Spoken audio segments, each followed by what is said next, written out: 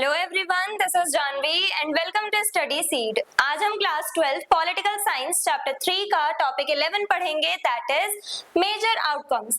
अभी तक हमने प्लान डेवलपमेंट के बारे में पढ़ा कि कैसे डिफरेंट जो व्यूज दिए गए थे डिफरेंट लीडर्स के थ्रू, उनके बेसिस पे एक बैलेंस्ड अप्रोच अपनाई है किसने, इंडिया ने, for our development, for our economic boost. तो इसके लिए हमने एक बैलेंस्ड अप्रोच अपनाई है जहां पे हमें पब्लिक सेक्टर, प्राइवेट सेक्टर, हमने दोनों पे फोकस किया है, साथ ही साथ एग्रीकल्चरल सेक्टर और इंडस्ट्रियल डेवलपमेंट दोनों को ही हमने इक्वल इंपॉर्टेंस दी है।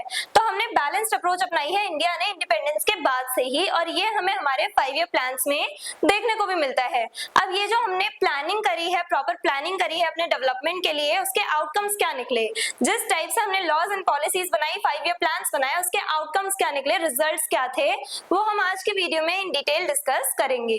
सो the policy of plan development in India led to several important results in the economy.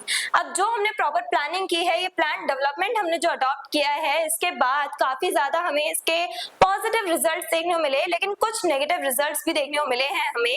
जैसे हमारी इकोनॉमी जो है वो ग्रो करी, लेकिन इतनी तेजी से नहीं जितने दूसरे देशों की इकोनॉमी तेजी से ग्रो कर रही थी।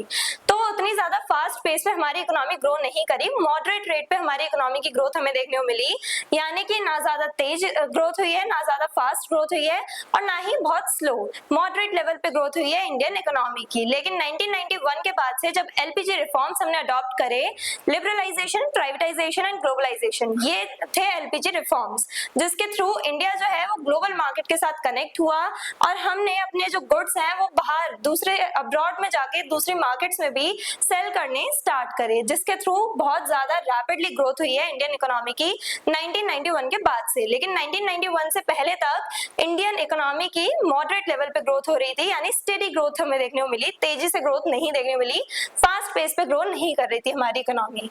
सो इसके काफी ज्यादा पॉजिटिव रिजल्ट्स थे, बट कुछ नेगेटिव भी थे। सबसे पहला रिजल्ट क्या निकला, economic growth. India achieved a moderate rate of economic growth, moderate level पे, यानी कि स्टेडी ग्रोथ हो रही थी इंडियन इकोनॉमी की। Second, development of industrial base. अब हमने इंडस्ट्रीज पे फोकस किया था, स्पेशली सेकंड 5 ईयर प्लान से हमने अपने हेवी इंडस्ट्री सेटअप करनी स्टार्ट करी अपनी कंट्री में। डिफरेंट एरियाज में हमने अपनी नेटिव इंडस्ट्रीज जो है, इंडियन इंडस्ट्रीज सेटअप करनी स्टार्ट करी, स्पेशली बेसिक इंडस्ट्रीज जो किसके थ्रू ओन की गई थी, गवर्नमेंट के थ्रू। तो ऐसी इंडस्ट्रीज हमने सेटअप करनी स्टार्ट करी अपनी कंट्री में, इंडिया में, जिसके थ्रू एक बहुत स्ट्रॉन्ग इंडस्ट्रियल बेस बनता चला गया। और आज ये सारी जो इंडस्ट्रीज हैं, ये सारी जो हमारी इंडियन इंडस्ट्रीज हैं, ये ग्लोबल लेवल पे बहुत ज्यादा इंपॉर्टेंट हैं, साथ ही साथ इंडियन इकोनॉमी के लिए भी बहुत ज्यादा इंपॉर्टेंट है। Strong focus on heavy industries helped build a solid industrial base. हमारा बेस यानी फाउंडेशन जो है, नींव जो है वो मजबूत है, इसी वजह से हमारी इकोनॉमी ग्रो कर पा रही है। जो हमने एक तरह से बेस बनाया है, इंडस्ट्रियल बेस बनाया है इंडिपेंडेंस के बाद से, धीरे धीरे हमने इंडस्ट्री सेटअप करनी स्टार्ट करी, हमने मॉडरेट लेवल पे अपनी ग्रोथ करनी कंटिन्यू रखी, जिसके थ्रू आज हमारी जो इंडियन इकोनॉमी है वो इतनी तेजी से ग्रो कर पा रही है।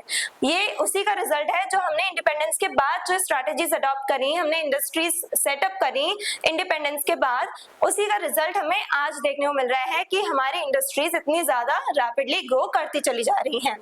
ग्रोथ इन एग्रीकल्चर, थर्ड जो रिजल्ट था, थर्ड आउटकम क्या है कि हमारी एग्रीकल्चर की भी ग्रोथ हुई, एग्रीकल्चरल सेक्टर की भी ग्रोथ हुई।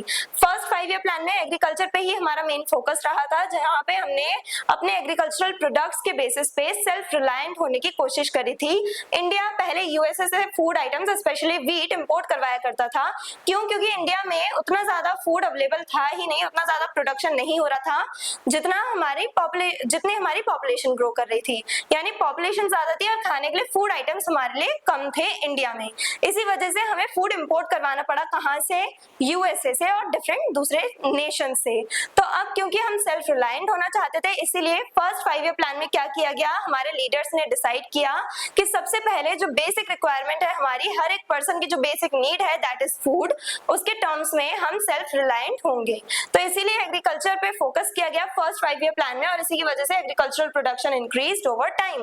और एग्रीकल्चरल प्रोडक्शन जो है वो बढ़ने लगा। धीरे धीरे जो इंडिया है वो सेल्फ रिलायंट हो गया एग्रीकल्चरल प्रोडक्ट्स के टर्म्स में। स्पेशली जो ग्रीन रेवोल्यूशन आया था उसके बाद से काफी ज्यादा बम्पर प्रोडक्शन देखने को मिला हमें एग्रीकल्चरल प्रोडक्ट्स का। However growth was not uniform in all regions. हालांकि जो ग्रोथ हो रही है एग्रीकल्चरल प्रोडक्ट्स की, जो ग्रोथ हो रही है, प्रोडक्शन बढ़ रहा है, ये हमें हर एक रीजन में इक्वली देखने को नहीं मिला। किसी किसी एरिया में, स्पेशली जो हमारे नॉर्दर्न प्लेन्स है, वहां पे बहुत ज्यादा प्रोडक्शन हो रहा था, एग्रीकल्चरल प्रोडक्ट्स बहुत ज्यादा कल्टीवेट किए जा रहे थे, काफी ज्यादा हमें हाई लेवल पे प्रोडक्शन देखने को मिल रहा था। वहीं कुछ दूसरे एरियाज थे इंडिया के जो इंटरनल पार्ट्स हैं, वहां पे स्पेशली सेंट्रल इंडिया में काफी ज्यादा प्रॉब्लम्स फेस करनी पड़ रही थी, वहां पे उतना ज्यादा प्रोडक्शन नहीं हो रहा था। तो इसकी वजह से डिफरेंट एरियाज में सॉइल के बेसिस पे जो सॉइल सुटेबल है जिस क्रॉप के लिए, जिस एरिया में प्रॉपर सॉइल पाई जाती है, वहां पे कल्टीवेशन अच्छे से हो पाया। जैसे एलुवियल सॉइल गंगा प्लेन्स में, नॉर्दर्न प्लेन्स में पाई जाती है, इसलिए इस एरिया में काफी ज्यादा प्रॉस्परस होते चले गए हमारी एग्रीकल्चरल सोसाइटीज जो है, रूरल डेवलपमेंट तेजी से हुआ, काफी ज्यादा प्रोडक्शन हुआ एग्रीकल्चरल प्रोडक्ट्स का। वहीं पे दूसरे एरियाज में जहाँ पे सुटेबल सॉइल अवेलेबल ही नहीं थी फॉर कल्टीवेशन, उन एरियाज का डेवलपमेंट नहीं हो पाया। Reduction in poverty. अब धीरे धीरे जो गरीबी थी, इतनी ज्यादा प्रॉब्लम्स थी हमारी कंट्री में जब हम आजाद हुए थे, तब हमने पढ़ा है कि पॉवर्टी और अनएम्प्लॉयमेंट ये मेजर प्रॉब्लम्स थे इंडिया के। तो अब पॉवर्टी जो है, क्योंकि गरीबी बहुत ज्यादा थी और अब हम लोग चाहते हैं कि हमारे सिटीजन्स जो है उन्हें हम सारी बेसिक फैसिलिटीज है वो हम उन्हें प्रोवाइड करें। तो उसके लिए क्या किया गया, गवर्नमेंट ने ऐसे लॉज एंड पॉलिसीज बनाए जिसके थ्रू पॉवर्टी जो है वो खत्म की जाए। इसी वजह से लैंड रिफॉर्म्स लेके आई थी गवर्नमेंट, जैसे सीलिंग एक्ट वगैरह जो हमने पढ़े हैं, जिसके थ्रू लैंडलेस फार्मर्स जो है उनके बीच में फार्म्स हैं, जो फील्ड्स हैं, डिफरेंट लैंड एरिया जो है वो डिस्ट्रीब्यूट किया गया डिफरेंट लैंडलेस फार्मर्स के बीच में, जिसके थ्रू उनके पास भी खुद की जमीन हो, वो प्रोडक्शन कर पाए और अपने लिए अर्निंग कर पाए, अपनी फैमिली के सर्वाइवल के लिए अर्न कर पाए। तो इस वजह से काफी सारे पॉवर्टी खत्म करने के लिए काफी सारे जो लॉज एंड पॉलिसीज है वो गवर्नमेंट ने बनाई थी। हालांकि पॉवर्टी जो है वो ज्यादा हद तक कम नहीं हुई, यानी हमने थोड़ी बहुत रिडक्शन हमें देखने को मिला पॉवर्टी में, लेकिन अभी भी इनइक्वालिटीज एग्जिस्ट कर रही थी। इकोनॉमिक इनइक्वालिटीज आज भी एग्जिस्ट करती हैं, हर एक सोसाइटी में इकोनॉमिक इनइक्वालिटीज एग्जिस्ट करती ही करती हैं, ये गैप कभी खत्म नहीं होता। भले ही ये गैप हम कम कर सकते हैं, इकोनॉमिक इनइक्वालिटीज को हम कम कर सकते हैं, रिच वर्सेस पुअर के बीच का जो गैप है ये कभी कंप्लीटली खत्म नहीं होता, कंप्लीटली एलिमिनेट नहीं कर पाए हम लोग भी, यानी इंडिया जो है वो भी इकोनॉमिक इनइक्वालिटी को कंप्लीटली एलिमिनेट नहीं कर पाया। Regional imbalances, development was uneven across region. अब हम जो डेवलपमेंट करवा रहे थे अपने देश के डेवलपमेंट के लिए, हम जो डिफरेंट प्रोजेक्ट्स बना रहे हैं, डिफरेंट जो फील्ड्स में हम डेवलपमेंट कर रहे हैं, इंडस्ट्रियल डेवलपमेंट हो, एग्रीकल्चरल डेवलपमेंट हो, डैम्स बनवाने हो, रोड्स कंस्ट्रक्ट करवाने हो या दूसरे कुछ भी कंस्ट्रक्शन रिलेटेड वर्क है, तो ये सब हमें इक्वली नहीं देखने को मिला। जैसे कि अगर हम बात करें कैपिटल सिटी की, दिल्ली, क्योंकि हमारी कैपिटल सिटी है तो यहाँ पे काफी ज्यादा रैपिडली ग्रोथ हो पाई, इंफ्रास्ट्रक्चर डेवलप करवाया गया, इंडस्ट्रीज की ग्रोथ करवाई गई, यहाँ पे इंडस्ट्री सेटअप की गई और जो दिल्ली है इसे सबसे ज्यादा प्रॉस्परस सिटी बनाया गया इंडिया का। और दिल्ली के बाद Bombay, that is Mumbai, present day Mumbai जो है उसका डेवलपमेंट, कोलकाता, बंगाल, ये सारे जो इम्पोर्टेंट हमारे सेंटर्स हैं इनका डेवलपमेंट बहुत रैपिडली हुआ। ये सारे वो जगहें हैं, वो सारे एरियाज हैं जो ब्रिटिश टाइम पीरियड से ही बहुत ज्यादा इंपॉर्टेंट रहे हैं।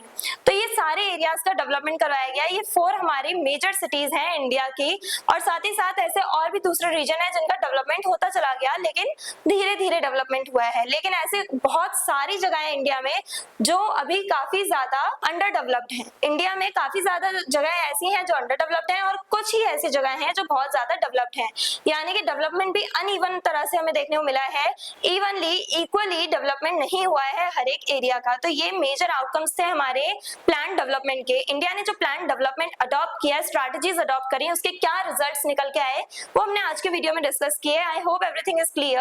और अगर आपको इस चैप्टर के डिटेल नोट्स चाहिए तो हमारी वेबसाइट studyseed.net पे विजिट करें, लिंक डिस्क्रिप्शन बॉक्स में दिया गया है। मिलते हैं नेक्स्ट वीडियो में नेक्स्ट टॉपिक के साथ। Stay curious, stay consistent. Thank you very much.